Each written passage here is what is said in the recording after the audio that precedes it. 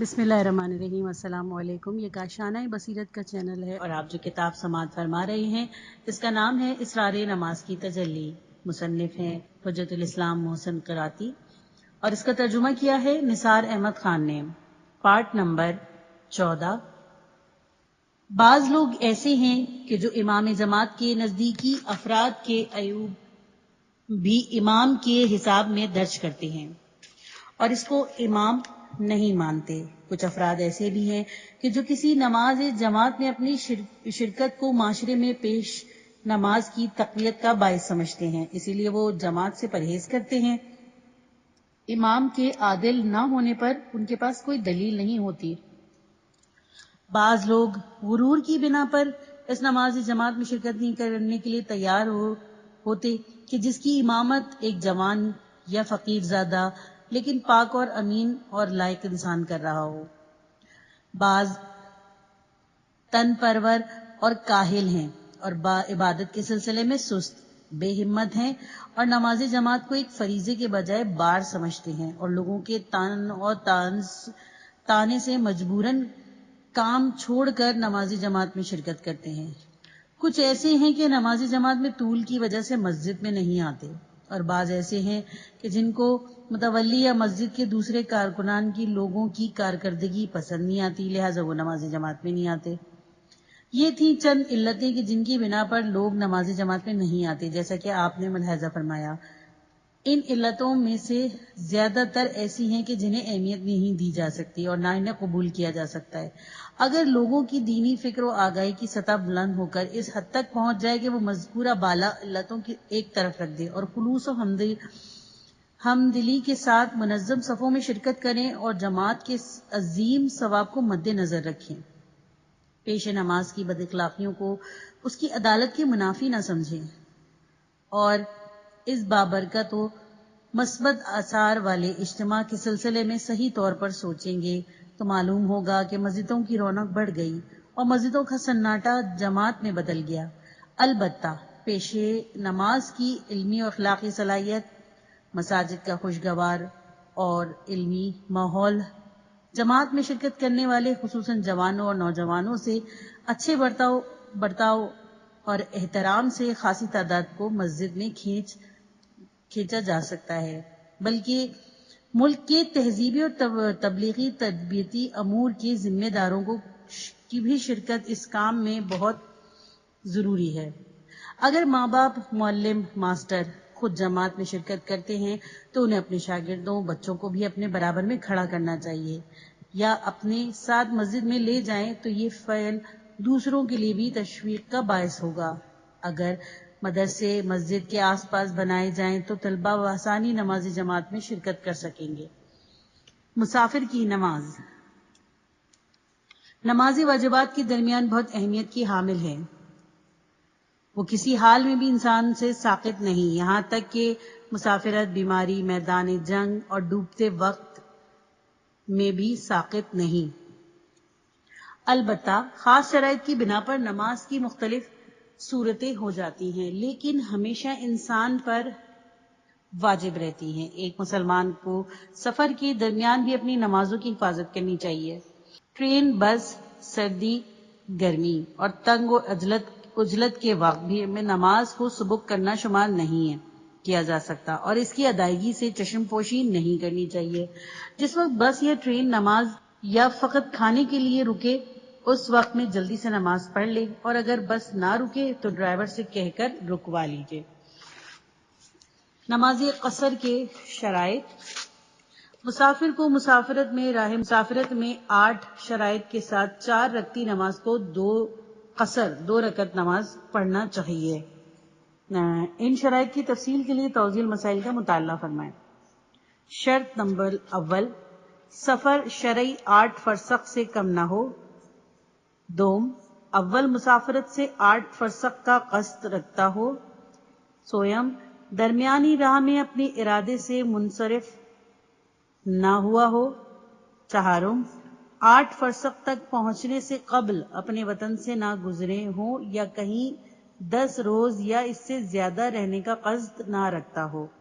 پنجم، حرام کام کے لیے سفر نہ کر رہا ہو، سفر معصیت نہ ہو۔ ششم صحرا نشین و صحرا نورد نہ ہو. ہفتم اس کا شغل مسافرت نہ ہو. ہشم حد ترخصص تک پہنچ جائے. حد ترخصص یعنی جہاں پہنچ کر انسان شہر کی دیوار نہ دیکھے اور اذان کی آواز نہ سنے. رسالہ امام خمینی رحمۃ اللہ علیہ. 10 روز کا قیام. مسافرت میں اگر انسان 10 روز یا اس سے زیادہ کا قیام کا قصد رکھتا ہے تو اسے اپنی پوری نماز پڑھنا چاہیے. اگر اس کی واقعی نیت 10 روز سے کم ٹھہرنے کی ہے تو ظاہر میں وہ 10 روز کا قصد نہیں کر سکتا اور پوری نماز نہیں پڑھ سکتا. اگر 10 روز کامل ہونے سے قبل ہی اس کا ارادہ بدل جائے اور واپسی کا پروگرام بنا لے تو باقی ماندہ دنوں میں بھی اسے پوری نماز پڑھنی چاہیے. اگر کوئی سفر کر کے اپنے وطن واپس جائے ہر چند وہ وہاں 10 روز سے کم قیام کرے اسے اپنی پوری نماز پڑھنی چاہیے مگر یہ کہ اس نے وہاں کی املاک فروخت کر دی ہوں اور پھر وہاں اقامت گزینی کا ارادہ نہ رکھتا ہو تو مسافر کے حکم میں ہے. انسان کی جائے ولادت اس کا اصلی وطن ہوتا ہے مگر یہ کہ وہ وہاں سے ہجرت کر کے کسی دوسری جگہ کو مستقل قیام کے لیے منتخب کر لے تو یہ اس کا اصلی وطن نہیں قرار پائے گا. اگر کوئی 2 شہروں میں زندگی گزارتا ہے تو دونوں شہروں میں اس وقت اس کا وطن ہی شمار کیا جائے گا جب تک وہ اپنے اصلی وطن کے علاوہ کہیں اور ہمیشہ رہنے کا قصد نہیں کرے گا اور دوسری جگہ کو اس کا وطن اس وقت تک نہیں کہا جائے گا کہ جب تک وہ اتنا زیادہ وہاں نہ رہے کہ لوگ اس جگہ کو اس کا وطن کہنے لگیں. جس شخص کا شغل مسافرت ہے جیسے ڈرائیور پائلٹ وغیرہ یا اس کا کام مسافرت سے مربوط ہے جس میں ہمیشہ آنا جانا لگا رہتا ہے تو اس کو سفر میں بھی پوری نماز پڑھنی چاہیے. وضاحت کے لیے توضیح المسائل ملاحظہ فرمائیے.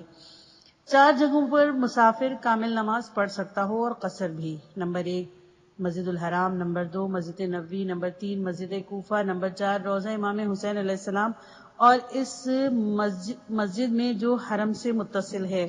رسالہ امام خمینی مسئلہ نمبر 1356. قضا نماز. نماز خدا کے ان حقوق میں سے ہے جس کی انجام دہی انسان پر واجب ہے اور ہر مکلف انسان پر وقت کے مطابق صحیح طور پر بجا لانا واجب ہے. اگر کسی شخص نے نماز کو اس کے وقت پر ادا نہیں کیا مثلا فراموشی بے ہوشی مستی یا عدم امکان و مجبوری کی وجہ سے یا سہل انگاری و معصیت کی بنا پر نہ پڑھی ہو یا پڑھی تھی تو تھی لیکن بعد میں معلوم ہوا کہ وہ نماز باطل تھی تو جو نمازیں بالکل نہیں پڑھی یا باطل تھیں ان کی قضا کرنی چاہیے. البتہ حالت حیض و نفاس میں جو عورتوں کی نمازیں چھوٹ جاتی ہیں ان کی قضا واجب نہیں. جس شخص کی نماز قضا ہے اس کی ادائیگی میں اسے کوتاہی نہیں کرنی چاہیے لیکن فوراً پڑھنا بھی واجب نہیں ہے. انسان جب تک زندہ ہے اگرچہ اپنی نماز پڑھنے سے عاجز ہے دوسرا اس کی قضا نمازیں نہیں پڑھ سکتا. قضا نماز کو باجماعت بھی پڑھا جا سکتا ہے اور یہ لازم نہیں ہے کہ دونوں کی ایک ہی نماز ہو. مثلا صبح کی قضا نماز مغرب و عشاء کی جماعت کے ساتھ ادا کر سکتا ہے یا اس کے برعکس. جو نمازیں قضا ہو جاتی ہیں ان کی قضا بھی رکعت کی تعداد کے لحاظ سے کرنی چاہیے. مثلا انسان کی سفر میں 4 رکعتی قضا نماز کا کامل پڑھ سکتا ہے اور اسی طرح اگر سفر میں کسی انسان کی ظہر کی نماز قضا ہو جائے تو وطن میں اس کی 2 رکعتی قضا پڑھی جائے گی. قضا اور مسافر کی نماز کے تفصیلی مسائل سے آشنائی کے لیے توضیح المسائل کا مطالعہ فرمائیں. دوسری نمازیں. ابھی تک مستحبی اور روزانہ کی نوافل تعقیبات کے ساتھ اور نماز مسافر اور قضا نمازوں کے مسائل بیان ہوئے. دونوں نماز مسافر و قضا وہی روزانہ کی نمازیں ہیں کہ جن کے خاص شرائط ہیں سفر میں یا خارج وقت میں تھے لیکن کچھ اور نمازیں بھی ہیں ان میں سے بعض واجب اور بعض مستحب مؤکدہ ہیں.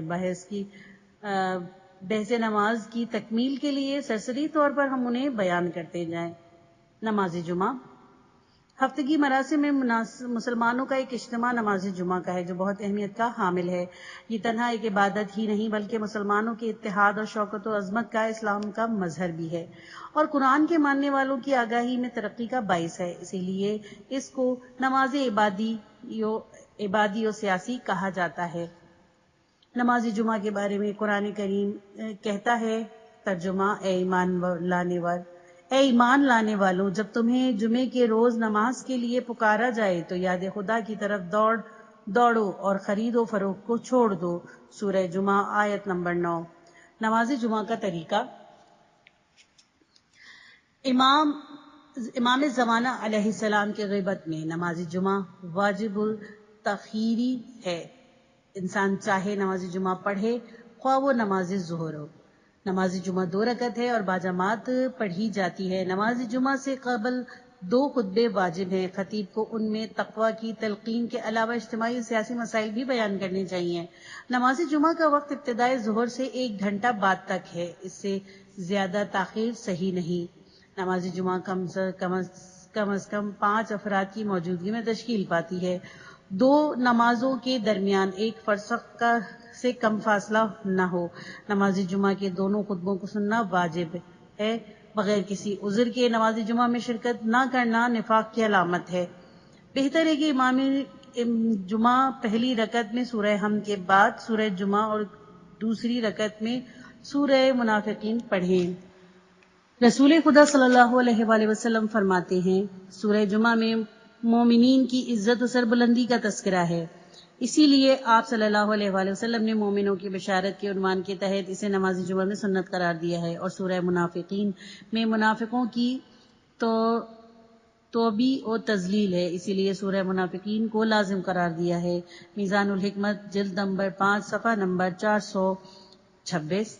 نماز جمعہ کی اہمیت۔ اس کے بارے میں بہت سی حدیثیں نقل ہوئی ہیں کہ یہ ان کے بیان کرنے کا مقام نہیں ہے۔ بہار جلد نمبر 89 صفحہ نمبر 122۔ رسول خدا صلی اللہ علیہ وآلہ وسلم نے نماز جمعہ کو مفلسوں کا حج قرار دیا ہے۔ الجمعۃ حج المساکین جلد 89 صفحہ نمبر 199۔ اور گناہوں سے بخشش کا سبب بتایا ہے۔ وسائل 3/5۔ نماز جمعہ مسلمانوں کے اتحاد کی جلوہ گری اور مومن نماز گزاروں کا وعدہ گاہ ہے۔ آغاز ہجرت میں جب رسول اللہ صلی اللہ علیہ وآلہ وسلم مدینہ پہنچے تھے تو سب سے پہلی نماز جماعت جمعہ ہی قائم کی تھی۔ اس نماز میں حکومتی اور سیاسی پہلو بھی ہیں۔ خطیب و امام جمعہ یا مسلمانوں کا حاکم ہے یا وہ شخص ہے جس کو رہبر نے منصوب کیا ہے۔ اس سادہ اور سیاسی عبادت کے تربیتی اور اجتماعی فوائد و برکات بہت ہیں، یہاں چند فوائد کو پیش کیا جاتا ہے۔ نمبر 1، اخوت و برادری کے جذب کی تقویت، کیونکہ سب لوگ ایک جگہ ایک مسلح پر جمع ہوتے ہیں، مختلف قوم و ملت کے افراد ایک جگہ مل کر بیٹھتے ہیں، جو کچھ نماز جماعت میں تھا وہ سب کچھ نماز جمعہ میں بدرجہ اولیٰ موجود ہے، اور مسلمانوں کے اس ہفتہ وار اجتماع کی زیادہ فوائد ہیں۔ نمبر 2، قوت اسلام کی تشکیل۔ یہ عبادت مسلمانوں کو محور نماز و عبادت، اتحاد و اتفاق کی شکل دیتی ہے اور دشمنان اسلام کے لیے رعب و دبدبہ کا باعث بنتی ہے اور ان کی تفرقہ اور انداز سازش کو ناکام بناتی ہے۔ نمبر 3، مسلمانوں کا سیاسی فکر کا رشد، جو آگاہی، بخشش و مطالب یعنی نماز جمعے کے خطبوں میں بیان کیے جاتے ہیں، ان کا اقتضیہ ہے کہ مسلمان ملک کے حالات اور دنیا کے اخبار سے آگاہ ہو جائیں اور اپنی اجتماعی ذمہ داریوں سے آشنا ہونے کے لیے اس اجتماع میں شرکت کریں۔ نمبر 4، اجتماعی جذبے کو تقویت۔ یہ بھی نماز جمعہ کے آثار و فوائد میں سے ہے کہ نوح انسان کے پراگندہ قطروں کو ایک اقیانوس میں جمع کرتی ہے اور باہم مرتبط و آشنا بھی کرتی ہے، جس سے ان میں اجتماعی جذبہ پیدا ہوتا ہے اور انفرادی خواہش فنا ہو جاتی ہے۔ نمبر 5، لوگوں کی طاقت کی مرکزیت۔ نماز جمعہ ایک مورچہ ہے کہ جہاں سے لوگوں کو جہاد اور دفاع اور اجتماعی مشکلات کے حل اور ایک دوسرے کی کمک رسانی کے لیے دعوت دی جاتی ہے۔ مسلمانوں کی یہ بڑی طاقت نماز جمعہ میں جلوہ گر ہوتی ہے، یہ ہمیشہ مسلمانوں کی توجہ کا مرکز رہی ہے، اور صدر اسلام میں رسول اللہ صلی اللہ علیہ وآلہ وسلم اور امیر المومنین علیہ السلام بھی نماز جمعہ اور خطبے کے بعد لوگوں کو جنگ کے لیے روانہ کرتے تھے، اور اس کے اور بہت سے فوائد ہیں۔ اولیاء دین کی سیرت۔ نماز جمعہ کے بارے میں رسول خدا صلی اللہ علیہ وآلہ وسلم اور ائمہ معصومین علیہ السلام کی روش نماز جمعہ کی اہمیت اور اس کے فریضے کی ضرورت کو بیان کرتی ہے۔ روایت میں ہے کہ حضرت علی علیہ السلام نے فرمایا، جمعرات کے دن کمزور کر دینے والی دوا نہ کھاؤ۔ لوگوں نے سبب دریافت کیا تو آپ علیہ السلام نے فرمایا کہ وہ تمہیں نماز جمعہ میں شرکت سے باز رکھے گی۔ وسائل 47/5 امام صادق علیہ السلام فرماتے ہیں، اصحاب پیغمبر جمعرات ہی کے دن سے جمعے کی تیاریاں کرتے تھے کیونکہ اس میں کام زیادہ اور وقت کم ہے۔ وسائل 28/5 امیر المومنین علیہ السلام قیدیوں، مقروضن اور محتم لوگوں کو نماز جمعہ کے لیے قید سے نکالتے تھے تاکہ وہ نماز جمعہ میں شریک ہو سکے اور ان کے سرپرستوں سے واپسی کی ضمانت لیتے تھے۔ مستدرک الوسائل 27/6 اور فاسق لوگوں کو بھی زندان سے کنٹرول کے ساتھ نماز جمعہ میں شرکت کے لیے بھیجتے تھے۔ بحار الانوار 255/86 حضرت علی علیہ السلام نماز جمعہ کے احترام و عظمت کے پیش نظر نماز جمعہ میں پا برہنہ تشریف لے جاتے تھے اور جوتے بائیں ہاتھ میں لیے رہتے اور فرماتے تھے، یہ نماز مقام خدا کے لیے مخصوص ہے اور اس کام کو وہ خدا کی بارگاہ میں ازروئے تزلزل انجام دیتے تھے۔ بحار الانوار 255/82 اس حساب میں سے اس فریضے کی اہمیت اشکار ہو جاتی ہے اور ایک سچے مسلمان کو اس عبادی اور سیاسی اجتماع سے غفلت نہیں برتنا چاہیے۔ امام خمینی رضوان اللہ علیہ فرماتے ہیں، نماز جمعہ اسلام کی سیاسی و اجتماعی قدرت و طاقت کا مظہر ہے، اس کو بہت ہی شان و شوکت کے ساتھ برپا کرنا چاہیے۔ عظیم و عزیز قوم کو چاہیے کہ وہ اپنی شرکت سے اسلامی مورچے کو مضبوط اور مستحکم بنائے اور اس کی حفاظت کرے تاکہ اس کی برکت سے خیانت کاروں کی سازشیں اور مفسدوں کی دسیہ کاری کو ناکام بنا سکے۔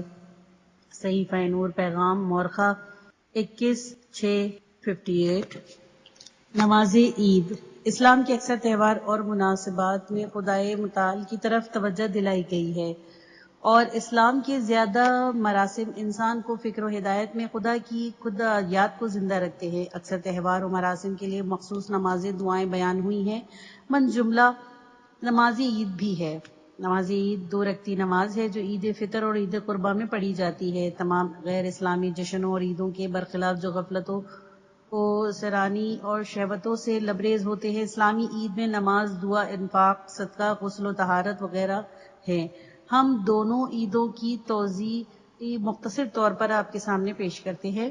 نماز عید فطر ماہ شوال کا پہلا دن کہ جو عید فطر ہے میں ایک مہینے کی عبادت اور روزوں کے بعد اس عبادت اور روزوں کی توفیق کا شکر ادا کرنے کے لیے نماز پڑھنا چاہیے۔ یہ نماز امام زمانہ علیہ السلام کی موجودگی میں واجب ہے اور اس نماز کو جماعت سے پڑھنا چاہیے۔ غیبت امام زمانہ علیہ السلام میں مستحب ہے۔